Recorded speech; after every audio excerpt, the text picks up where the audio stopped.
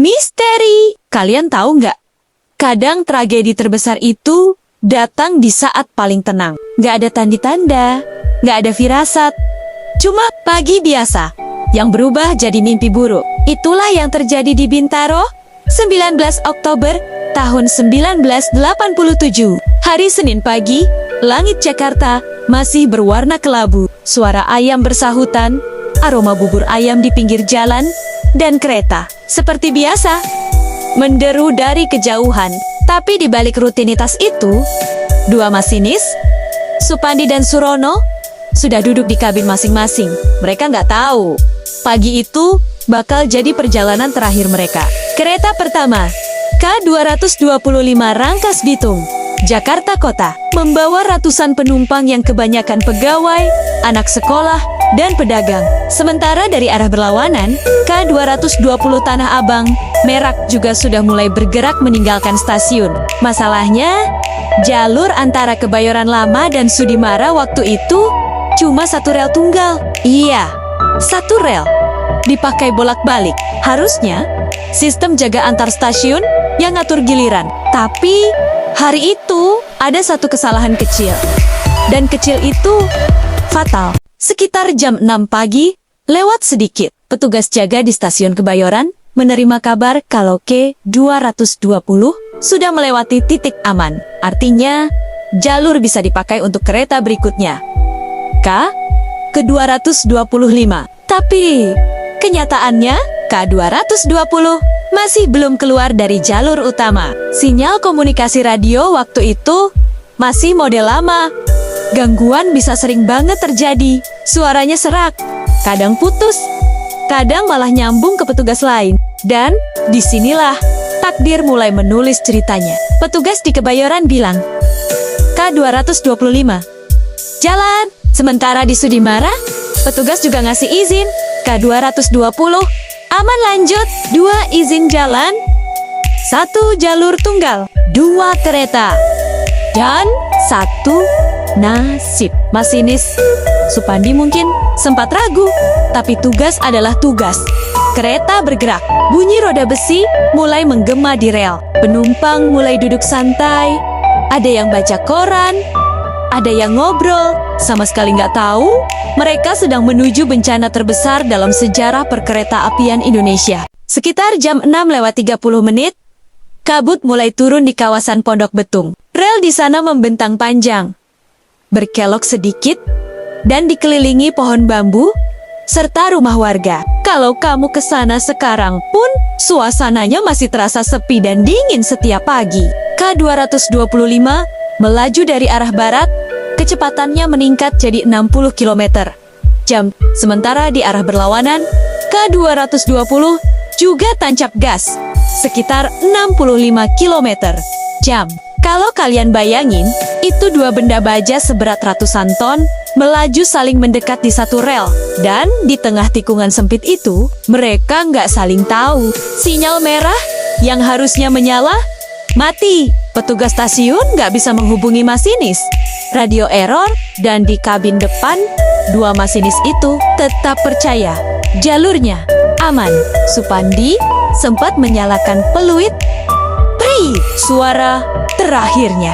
Beberapa warga sekitar bahkan masih ingat. Suara peluit itu panjang, seperti peringatan. Tapi nggak ada yang tahu apa yang bakal datang beberapa detik kemudian. Pukul 06.45 pagi. Langit mulai terang. Tapi di rel itu, dunia seakan berhenti. Dua kereta itu akhirnya bertemu benturan frontal. Suara logam menghantam logam terdengar seperti ledakan bom. Beh ya!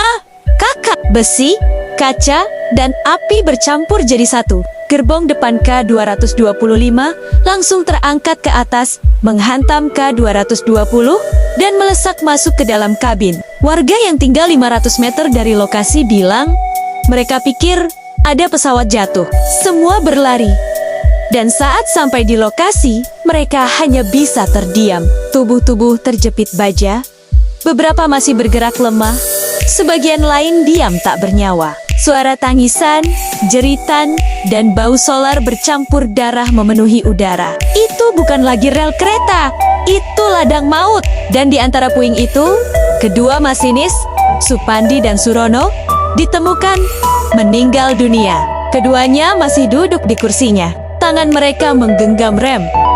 Sampai detik terakhir, mereka tetap mencoba menyelamatkan orang lain. Evakuasi dimulai segera setelahnya, tapi bukan hal mudah. Gerbong depan ringsek seperti kaleng. Petugas TNI, relawan, bahkan warga sekitar turun tangan. Ada seorang saksi, Pak Tamin, yang waktu itu ikut membantu. Iya, bilang, kita dengar orang masih minta tolong dari dalam, tapi pintunya nggak bisa dibuka. Suaranya makin pelan, terus hilang. Bayangin, gimana rasanya? Beberapa korban ditemukan masih berpelukan. Ada anak kecil yang digendong ibunya.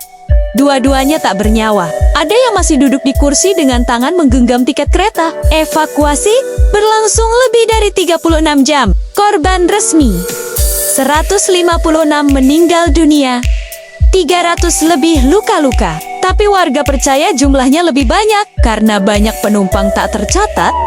Penumpang naik bebas. Istilahnya waktu itu, rel Bintaro berubah jadi lautan manusia, kamera, dan doa. Beberapa hari setelahnya, bau solar dan logam masih tercium kuat. Bahkan saat gerbong-gerbong sudah diangkut pergi, investigasi resmi menyimpulkan human error. Tapi kalau kamu lihat lebih dalam, ada faktor sistemik yang nggak bisa diabaikan. Pertama, sistem sinyal dan komunikasi waktu itu masih manual. Nggak ada teknologi otomatisasi seperti sekarang. Kalau petugas salah kasih izin atau telat nelpon, ya sudah, nyawa jadi taruhannya. Kedua, radio masinis rusak. Jadi perintah stop dari stasiun Sudimara nggak pernah sampai. Ketiga, tekanan waktu. Banyak kereta waktu itu sering terlambat dan masinis dituntut disiplin waktu. Akhirnya mereka tetap jalan meskipun ada keraguan. Tragedi ini akhirnya jadi titik balik besar bagi PT KAI.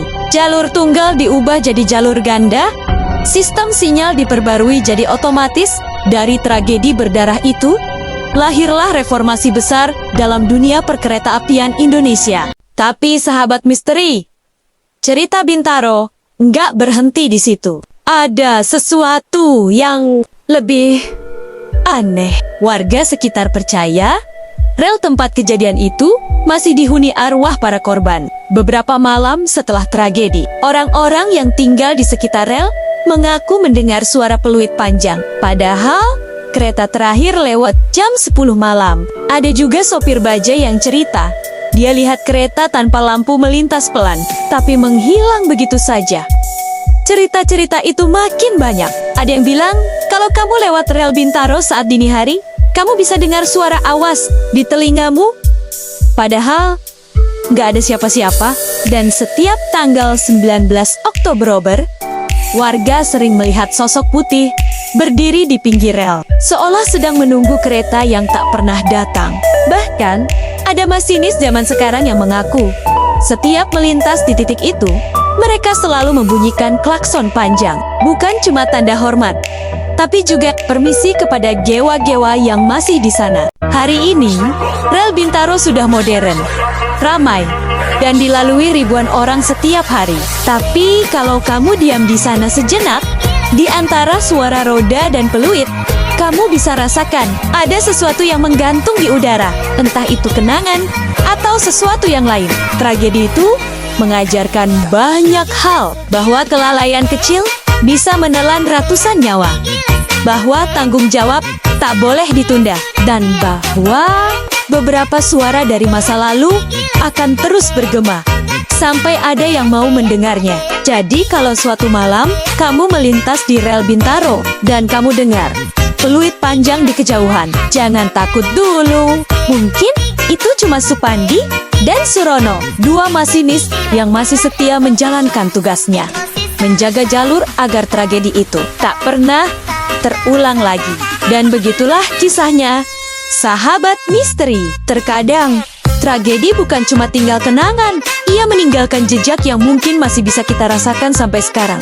Jadi, Kalau suatu hari kamu lewat di tempat itu, jangan lupa berdoa dan jangan menoleh terlalu lama. Saya pamit dulu. Sampai jumpa di cerita misteri berikutnya. Kalau kalian masih berani mendengarnya.